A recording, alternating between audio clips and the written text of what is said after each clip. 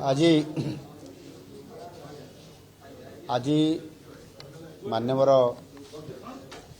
यशस्वी प्रधानमंत्री ओडिशा प्रति जो तांकर भल पाइबा और सद्भावना आम प्रति अच्छी गत कैबिनेट रे ओडिशा प्रति जो ओडिशार जो दाबी थिला ताकू से पूर्ण प्राण रे ताकू पूरण करिसंती। CRRR capital region ring road जहाँ जोटा कि आमे दाबी करिथिलु केंद्र सरफेस मिनिस्टर को पाखरे नितिन गडकरी जी पाखरे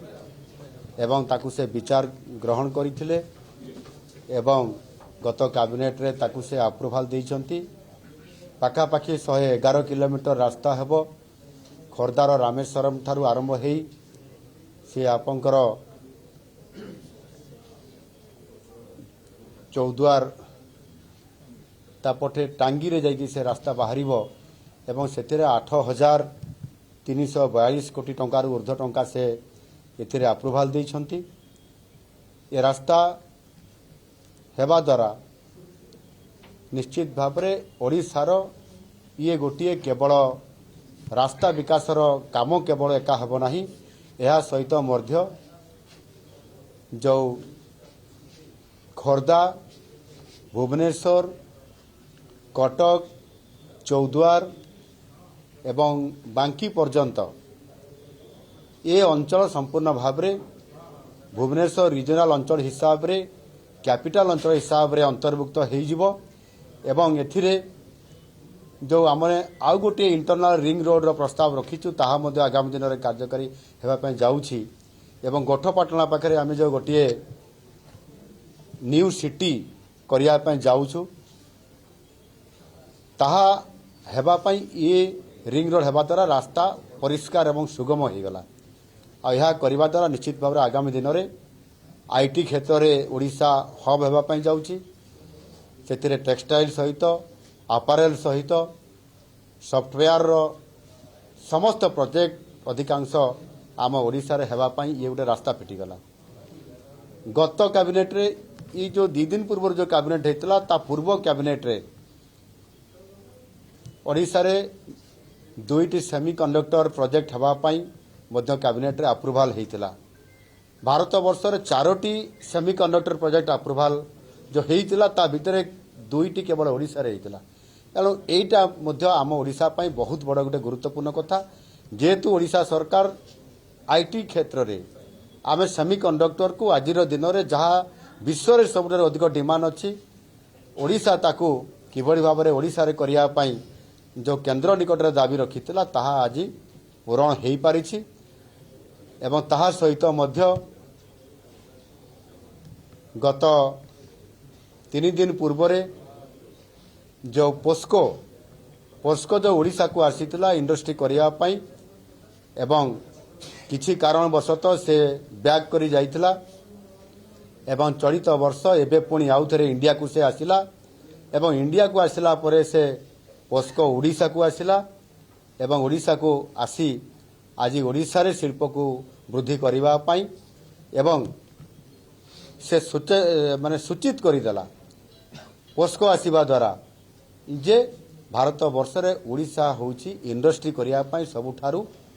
उपयुक्त स्थान एठी खणी अछि एठी मैन पावर अछि पोर्ट अछि इंफ्रास्ट्रक्चर अछि एवं एठी जमी अछि ये समस्त कथा को प्रमाणित करिदेला आउ गोटे आधार रे जे ओडिशा एक संभावनार राज्य एवं शिल्पायन करिया पई सबुठारु भारत वर्षर प्रकृष्ट स्थान आश्रय दृष्टिकोण आज ओडिशा सरकार मान्यवर मंत्री परिषद सदस्यगण मान्यवर विधायकगण से माने आज मान्यवर यशस्वी प्रधानमंत्री नरेंद्र मोदी जी को एवं ओडिशार मुख्यमंत्री को धन्यवाद देवाई आज ये कार्यक्रम से रखिथिले। निश्चित भाव में एथिरे माननीय प्रधानमंत्री को जी को मध्य मु धन्यवाद देवी तांकर प्रत्यक्ष भाव में सी सेठी जो JSW सहित पोस्कोर ये जॉइंट वेंचर रे जो केन्दुझर पाटना रे जो आपंकर मेगा स्टील प्लांट होगापाई जाऊँगी से 50,000 कोटी टंका इन्वेस्ट करने खर्च करने जो प्रस्ताव मुझे से 40,000 कोटी टंकार MOU हो सारी किंतु 50,000 कोटी अधिक टंका इन्वेस्टमेंट से होगापाई जाऊँगी आउ निजे माननीय प्रधानमंत्री जी JSW चेयरमैन साजन जिंदल महाशय को से बधई देइछंती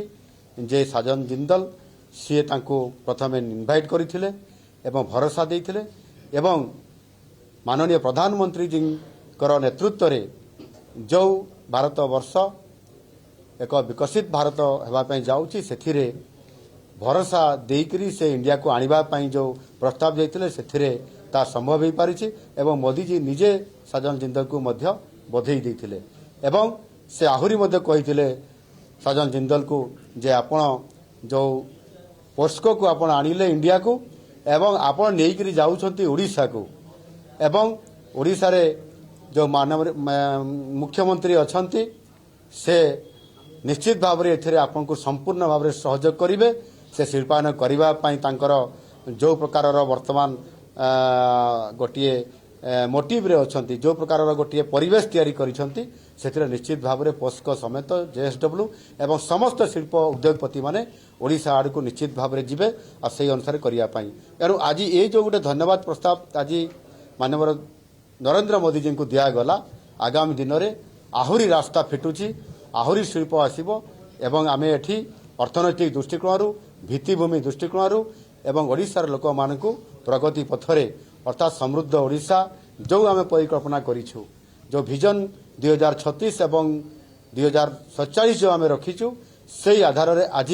आउ गोटे स्टेप आम आग को बढ़ीचु निश्चित भाव में ओडिशा ये क्षेत्र रे शिल्प क्षेत्र में आग को आगेब